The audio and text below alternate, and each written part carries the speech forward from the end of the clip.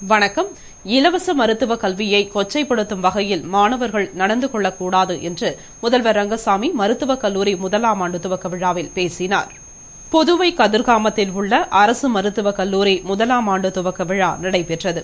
விழாவிற்கு கல்லூரி இயக்குநர் ஜெயக்குமார் தலைமை தாங்கிட சுகாதாரத்துறை இயக்குநர் திலீப்குமார் பாலிகா வரவேற்று பேசினார்.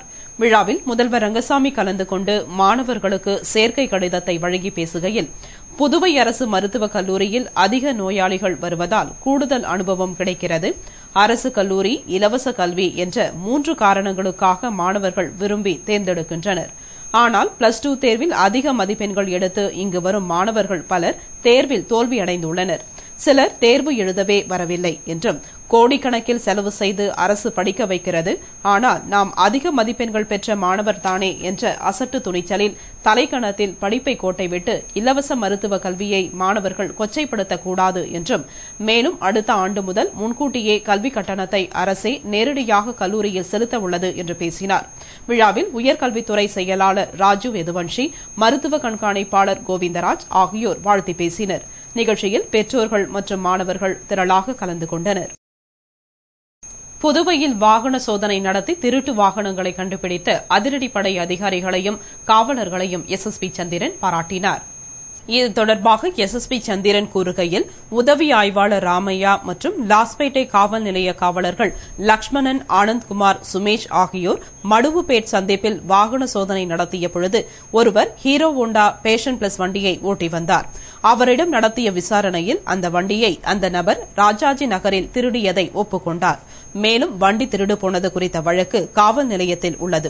உடனே அவரை கைது செய்து லாஸ்பேட்டை காவல் நிலையத்திற்கு போலீசார் அழைத்து சென்று விசாரித்ததில் குற்றவாளி அப்பல்ராஜ் மேலும் 12 இருசக்கர வாகனங்களை திருடியதாக தாமாகவே முன்வந்து ஒப்புக்கொண்டார். மேலும் சென்னையில் பதுக்கி வைத்திருந்ததாக கூறினார். இதனையடுத்து சிறப்பு அதிரடிப்படை ஆய்வாளர் பாஸ்கரதாஸ் மற்றும் உதவி ஆய்வாளர் ரமேஷ் மற்றும் காவலர்கள் உதவியுடன் வாகனங்கள் கைப்பற்றப்பட்டன என்றார். மேலும் லாஸ்பேட்டையில் தொடர் வாகன சோதனை நடத்தி திருட்டு வாகனங்களை கண்டுபிடித்த அதிரடிப்படையினர் மற்றும் காவலர்களை பாராட்டினார். 11 கோடி ரூபாய் செலவில் இலவச துணிகளை வழங்கும் திட்டத்தை முதல்வர் ரங்கசாமி திலாசுப்பேட்டை மந்தைவெளி திடலில் துவக்கி வைத்தார்.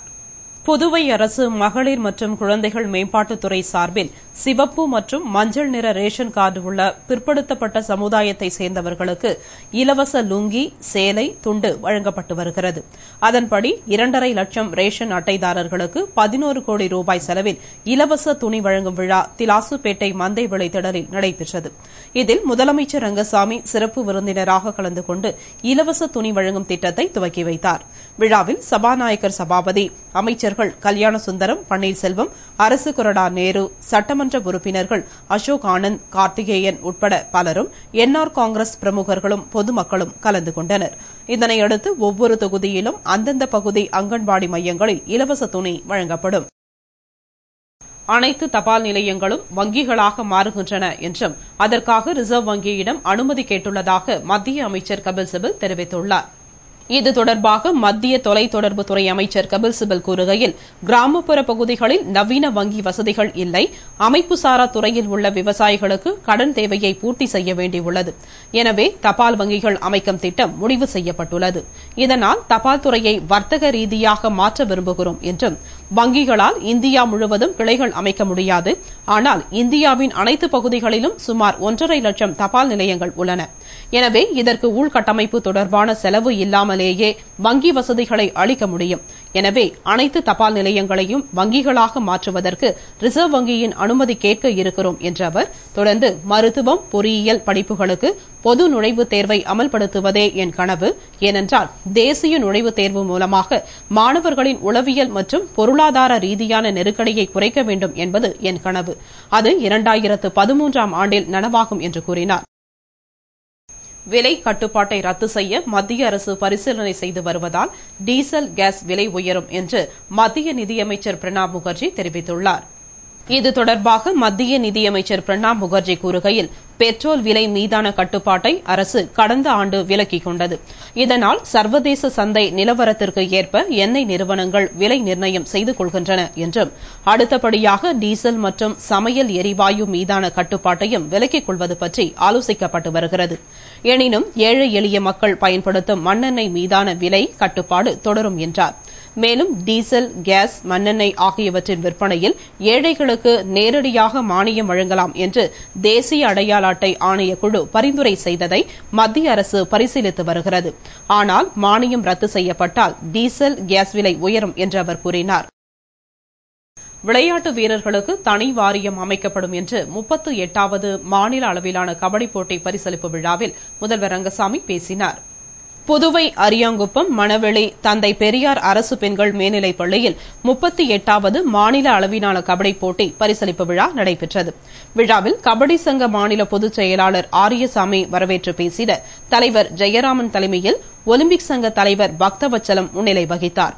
சிறப்பு விருந்தினராக முதல்வர் ரங்கசாமி கலந்து கொண்டு பெண்கள் பிரிவில் முதல் இடத்தை பிடித்த வில்லியனூர் மறவர் அணி, 2ஆம் இடம் பிடித்த பிச்சவீரன்பேட் ஒய்எல்சி அணி, 3ஆம் இடத்தை பிடித்த கரிக்கலாம்பாக்கம் அரசு மேல்நிலைப் பள்ளி, குருவிநத்தம் இளம்பிறை அணி மற்றும் ஆண்கள் பிரிவில் முதல் இடத்தை பிடித்த மணவெளி ஜெய் பிரதர் அணி, 2ஆம் இடத்தை பிடித்த ஐஆர்பி காவலர்கள் அணி, 3ஆம் இடம் பிடித்த அரியூர்பேட் கக்கஞ்சி அணி ஆகிய அணிகளுக்கு சுழற்கோப்பையை மற்றும் ரொக்கப்பரிசு வழங்கி பாராட்டி பேசுகையில் விளையாட்டுத் துறையை ஊக்குவிக்கும் வகையில் விளையாட்டிற்கு தனி வாரியம் அமைக்கப்படும் என்று பேசினார்.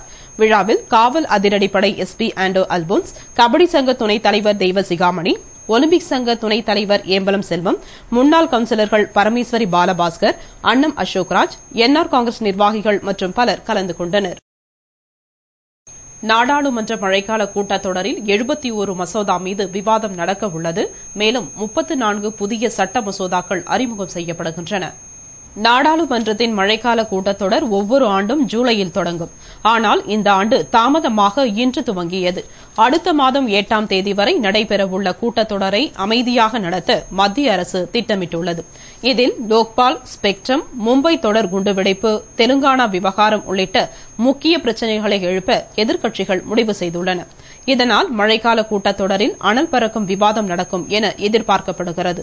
மேலும் இந்த கூட்டத்தொடரில் லோக்பால் மசோதா உட்பட 34 புதிய சட்ட மசோதாக்கள் அறிமுகம் செய்யப்படுகின்றன. மேலும் ஏற்கனவே நிலுவையில் உள்ளவை உட்பட 35 மசோதாக்கள் எடுத்துக் கொள்ளப்படுகின்றன.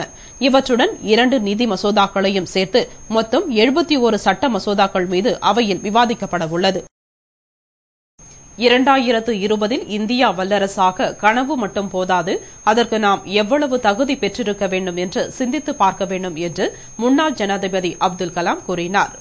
இது தொடர்பாக முன்னாள் ஜனாதிபதி அப்துல் கலாம் கூறுகையில், இந்தியாவில் தனித்துவம் பெற்று விளங்கிய மனிதர்கள் பலர் உள்ளனர். மகாத்மா காந்தி, சி.வி. ராமன் போன்றோர் தேசத்தின் வளர்ச்சிக்காக பாடுபட்டு உயிரிழந்தார்கள். இன்று அவர்கள் நம்முடன் இல்லாமல் இருக்கலாம். ஆனால் அவர்களின் சேவை பற்றி நாம் அனைவரும் அறிந்திருக்கிறோம். அதுபோன்று இன்றைய மாணவர்கள் எந்த துறையை வேண்டுமானாலும் தேர்வு செய்து படிக்கலாம். ஆனால் அதே துறையில் உள்ள சக மனிதர்களை காட்டிலும் தங்கள் திறமைகளை தனித்து காட்டுவதுதான் முக்கியம். மேலும் தங்கள் இலக்கு என்ன என்பதை தெளிவுபடுத்திக் கொண்டு அதை நோக்கிய பயணம் தேவையானது என்றார். மேலும் தொடர்ந்து எந்த ஒரு பிரச்சினைகள் வந்தாலும் அதை எதிர்கொள்ளும் சக்தியை வளர்த்துக் கொள்ள வேண்டும்.